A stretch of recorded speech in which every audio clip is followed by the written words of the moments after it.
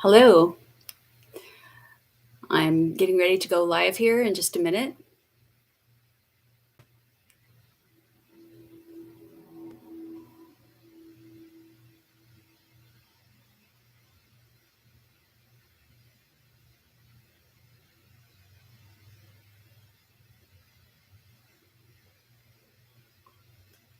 And so it's 2 o'clock here in Arizona, and I'm Suzanne Wilson, known as the Intuition Educator and Carefree Medium because I am based in Carefree, Arizona.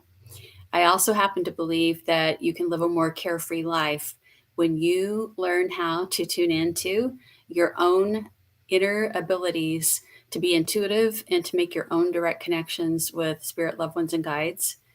And I am here to talk about the gods with a lowercase g and where they sent by God with a capital G, meaning if you're monotheistic, as am I, where you trust that there is one great source of energy that runs through all of us, that is within all of us, did this source, this divine source, or perhaps you refer to him, her, it, this energy as a creator, send us these non human intelligent beings in the past generations, over the past millennia, and now as our world has been facing so much turmoil and violence. And so I'm going to very briefly discuss some of the prevailing theories about the non human intelligent beings. And this will include extraterrestrial and ultra terrestrial. And I'll tell you what my definitions are of those two and how I distinguish between them here in just a moment. But first, as you're watching this, whether you're watching the live stream or you're watching the replay, I would like to invite you to get yourself grounded and centered by taking a nice big breath in, breathing all the way out, and see yourself sitting in a beautiful cone of white light, or perhaps you prefer a bubble of protection and focus. Whatever feels right to you, but just be grounded and centered and know that here there's no judgment, that you're welcome to be an explorer, someone who is curious and wants to gather information. I may leave you with more questions than answers. Please let that be okay as we discuss this topic. Now, I'd like to preface this by letting you know that I have spoken on ascension and the ultra terrestrial connection at international conferences. And I also have the Intuition Educator School at my website, intuitioneducator.com or carefreemedium.com. I want to get this information out to as many people as possible because people are feeling very afraid of what's going on in the world right now. So let me preface these next remarks by saying I do not claim to have all of the answers. I'm a researcher. I've been featured on Coast to Coast AM with George Noory. I've been on Gaia TV, the television show that has been on with Bruce Lipton and Dean Radin and several wonderful colleagues called superpowerfilm.com. You can see them on Amazon Prime. But what really matters is I have had personal experiences with non human intelligent beings going back to childhood, where I used to be afraid of them. They weren't mean or scary to me in any way, but they were unusual looking, and sometimes I'd be startled by them. And even to this day, I've had contact as recently as this morning with an Arcturian form. And years ago, this would sound crazy, and I would have hidden it. And it was wild enough just to say that I could communicate with people who are no longer in bodies, who were people. Now I'm telling you that there are non human, intelligent, sentient beings around us, and some of these work as guides. I distinguish between extraterrestrial and ultraterrestrial in this way. The ultraterrestrials are best understood by a survey of our ancient history, our ancient wisdom teachings, and their interactions with us. that they do not fly around in ships. They have grown beyond that need to have a corporeal structure, a body to live in, that they're in their light bodies. So if you consider, yeah, how old humankind is compared to them, there is no comparison. They've had many more millennia to develop into, as the common nomenclature says, ascend. And so the ultraterrestrials are part of our wisdom teaching, part of our ancestry teachings throughout the world. We can find evidence of their interactions with us. And in this brief format, I won't get too much into that. You're welcome to check out what's going on the website and the community, but I'd want to distinguish between extraterrestrial and ultra. Now, the extraterrestrials would most likely be in some kind of vessel or ship. These are the ones that we see being reported by the military around the world, having sightings of them, and no other plausible explanation as to how the craft move, how they phase in and out, how they make maneuvers, how they go from 0 to unlimited speeds in a matter of milliseconds. And the extraterrestrials don't seem to wish us harm, but can harm us accidentally by not understanding their impact upon us. So the ultra terrestrials are more likely to work behind the scenes to help us. The ultras are more likely to serve as spirit guides to us, those unseen beings who work behind the scenes to help us out. And the extraterrestrials are more likely to be the ones spotted in the sky. I have my own CE5 group, or Close Encounters of the Fifth Kind private group, and we have seen some physical sightings, which has been very interesting to us. But others of us, before we even had that, had interactions with the non-physical ones, the ultra terrestrials as well.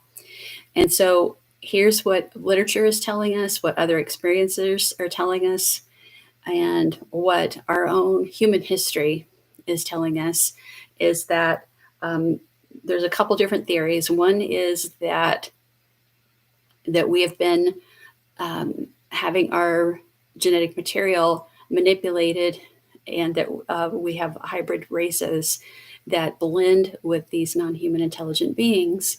And that's why millennia ago we were very smart, we were very adroit with equipment and technology. We could build the pyramids. That whole it's kind of, I think, like in my humble opinion, an old wives' tale that extraterrestrials came here, used us as slaves to build pyramids. My opinion from the research that I've done and gathered is that they just helped us to be very, very smart and taught us things, and we were not their slaves, but worked side by side with them in creating all these wonderful structures in ancient human history.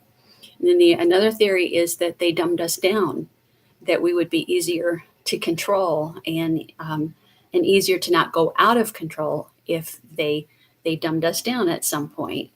But if that is true, and some days I lean towards that theory, then they haven't dumbed down our technology enough, because we have nuclear weapons, and that is of great concern to extraterrestrial and ultra terrestrials. Now, where does God come in? If you're monotheistic, as much of the world is, not all of the world, there are some that believe in many gods, and with a lowercase g, as I distinguish between the two for purposes of this session. But let's just assume, for the sake of argument, that there is one God or one supernatural life force energy that we all tap into, that's a part of all of us. Did that energy, did that creator send these other beings to assist humankind? Well, that is the big question, isn't it? So on the argument of yes, that they are heaven sent or God sent, we could look at some of the data of otherworldly beings disarming our nukes. And so I'll get into more detail about some of this in an upcoming session that I'm going to have. But suffice it to say that we do have documented cases where craft unknown, or UAP or UFO craft, have been spotted over nuclear sites, and suddenly, using some superior knowledge of how to do this, the nuclear weapons have been completely disarmed. And these are well documented cases. I know about the ones in the United States. I've heard about ones in other countries as well, and that this is nothing new. I also have received a message myself from my Arcturian guide, and just take it for what it's worth, that we're being protected right now from nuclear destruction, but that there, those guides whose job it is to help us with that are working very, very hard, very, very hard to help us with that right now. As I record this, it's March 18th, 2022, and Russia has invaded Ukraine, and with devastating results. But supposedly we're being protected from the nukes. So I don't know if they can catch them all, but that message has come through, and I'm not the only person in touch with non-human intelligent beings who has gotten that message. So let's hope so. So I would say, from that standpoint, that feels like a divine intervention, doesn't it? On the other hand, we have cases of abduction where some of these cases are highly credible, some not so much. Among the highly credible accounts of abductions, these non-human intelligent beings, I would term extraterrestrial as opposed to the ultras. The extras are in the physical form, have collected biological and sexual material from the kidnappees. And there is an argument that some or all of those kidnapping incidents are staged by our military in preparation to create a false flag invasion so that we can be controlled. I think there's too many of those. While that may be the case in certain instances, there's just so many abduction reports that it would be almost inconceivable that a military unit could carry out all of those.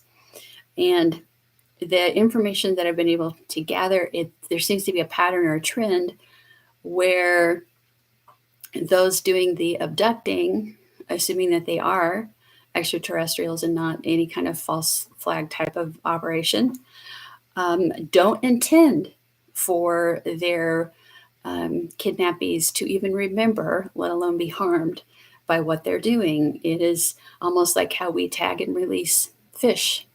And those are the kinds of things they're doing with us. So how do we separate out the two? Who do we trust? Who do we put our defenses up against? And this is where humankind is learning discernment. It's one of many instances where we're learning discernment. So I want to keep this brief, but I want to say to you that the best recommendation that I've received from my own team of guides through my own prayers and meditation is that in these times of turmoil, that we are align ourselves with God, Creator, Source, and first give gratitude that we have our lives here, that we're blessed, that we're here for a reason, and then be open to all of those non-human intelligent beings who wish to assist us. And invite your spirit guides, those are around you, whether they're beloved people or pets who once walked the earth and you knew in your life now or life before, or whether they're ultraterrestrials who really are wanting to protect the earth. Be open to their assistance. You could ask for it once a day, much like how you do prayers and meditations once a day. But I will say to you that free will is something that's being tested right now, and integration is being tested. And by free will, I mean our ability to choose our thoughts, words, and actions. And that the ultra-terrestrial communities seem to be getting information through to tell us that they don't want to see the earth destroyed, because this was their vacation grounds or playground before we were Homo sapiens sapien and beyond.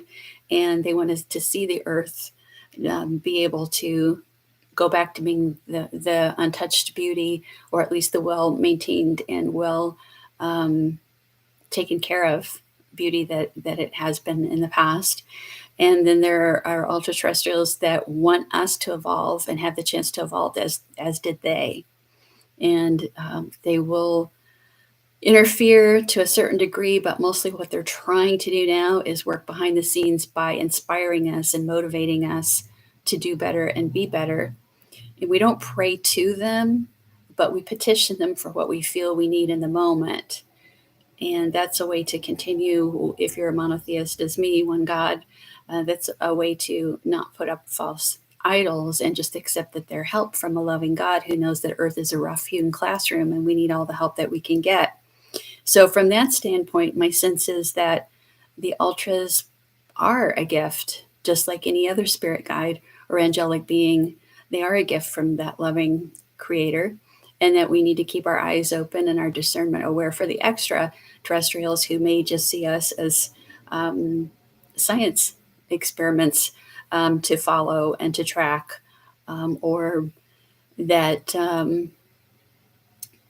they may see that some of us have been part of their hybridization and they have to keep track of us. Maybe our own souls agreed before we were born that we would be part of this evolution of humankind. So, whether or not the non human intelligent beings as a group have either helped us to grow in the past or stunted our growth so that it would be easier to control.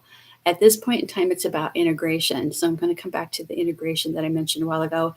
And I've heard this is a recurring theme from colleagues and those who study metaphysics as well, is that going through a time of a terrible pandemic and then immediately into a war that looks like over time it could be a decade or it could be 100 years, could escalate into another world involved war. People like to say World War III. I don't like to put numbers on things like that, but it is what it is. But I think that we have time, that we have plenty of time to change the course of this. And as I say this to you, I get some static on the top of my head, so I can feel the guides are getting really, really close as I talk with you about that, and that this is something they want. I get all my affirmative symbols are coming in clairvoyantly and clairaudiently, thumbs up, green light, and the happy ding, ding, ding of a bell. But integration is very important because as we went through the turmoil that we've been through the last couple of years on the world stage in terms of pandemic and government responses and community responses and socioeconomic changes and societal pressures, we have to integrate that. We barely caught our breath from that. And now we're looking at war. And so, how we discern what is best for ourselves and how we can put our best part of our souls forward to bring a little of heaven to earth. And by that, I don't mean that we're actually literally bringing heaven to earth. People always say, what do you mean by that? It's to bring inner peace to ourselves individually first, because it is through our own inner peace that we can bring peace to the outer world. And so I'm going to challenge you, rather than praying or focusing on changing people to bend to our will, that you may have heard me say this before, that instead we pray and focus and meditate on sending warriors of light to send light to all those involved in war and illuminate everything around them so that then they can, of their own free will, cannot hide from the repercussions of sending troops to massacre civilians and bombing theaters and schools and things like that. They have to see it, they have to feel it, they have to know it, and then give it over to our source, give it over to our God, and know that we have many ultra terrestrial friends who are very vested in us not destroying this planet and destroying each other. So, all right, let's return now with this very, I know this is a lot of compacted information to throw at you right now, but let's return to the original question of, were the gods sent by God? Were the gods little g sent by the monotheistic one God? Should you happen to believe in that as much of the world does. I know everybody doesn't. And in my humble opinion, my answer is we're all sent here for a reason, and that capital G God is within each one of us, and it is our role to make peace a reality in every way that we can, beginning with our own inner peace, and that we need to avail ourselves of these resources that God, capital G, or creator or source, has made available to us, including those resources within us. The bottom line is, and this is what I keep getting from my own spiritual team who's been around me since I was a little girl. They used to just be a white light. They came in when my granddad was writing his sermons. He was a preacher. On Saturday, we'd sit in his study, and a white light would come in the room. And when the white light came in, he'd write out his sermon on a pad of paper. The white light would leave, and his sermon was done for Sunday morning. I thought that's how all preachers got their sermons. I was a kid. What do I know? Well, that light began talking to me later on in life, and it became clear that not all the voices inside of that light were human. They were these beautiful beings that I just called angels. And later, when I was ready to accept it, I realized they were from different frequencies, maybe from planets, but not anymore because they evolved beyond needing bodies. But so I want to go back to that question where they sent. And you may not like this answer, but the thing is, nobody can save us but us, is the bottom line. Our ultra-terrestrial friends, our angels, our guides, they can stave off certain things. They can stave off a nuclear bomb going off. If they get there in time, nobody's all knowing all the time. And I think they're doing a darn good job. But we are the ones who we've been waiting for. That quote is so true in this day of March 2022. We are the ones that we are waiting for. We have to save us. No extraterrestrial or ultra-terrestrial or angel can do everything for us. And it starts at home with how we treat ourselves and how we treat others within our community, to stop seeking divisions and judgments about the other. And as this horrible invasion has brought home in a very clear and profound way, when we divide, we all suffer. And I look forward to the day when we're all united. And one of the things that helps me tune into my guides and may help you, and to feel God as a closer connection. We're always connected to God. We're never disconnected. We just feel disconnected, or we allow a feeling of disconnection. But one of the things that really helps me is to bless and be grateful that I'm here during this difficult time, that I'm here during this time of violence and loss, and I don't want to say mindful, because it always makes me think of my mind is full. Everybody's mind is too full right now, but be present. Be present in the moment. Don't turn away from the suffering, but don't make it your whole day unless you're in that war zone. Do what you can to help those around you at home. There are many ways to be helpful, hopeful, and healing, in the words of Edgar Casey, to others. And the prayer for the warrior angels of light will be most spectacularly received by those who need it. It's just a matter of time before it has an influence. But if we all do it, it will help. And our ultra-terrestrial friends are on standby to do what they can, but we are the ones who are responsible. And God sent you, God sent me, God sent the ultra-terrestrials, also known as gods back in the day. And we're loved, blessed, and known. And this creator, this source, is aware of every hair on your head, every ache in your body, every joy in your heart, everything. And don't be afraid to hurt when you see others hurting, because you're human. That is your empathy. And then take that energy and turn that into love in action, compassion in action, right where you are. part of our frustration is that we feel so helpless. We're not helpless. Every time we change our thoughts, words, and actions into positive, that energy carries through this entire planet. Our guides hear it, the source hears it and feels it.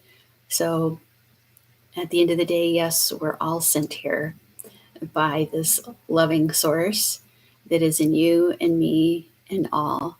And no matter how tough things are, the peace that surpasses all understanding is always available to you, but you have to make your inner peace your priority.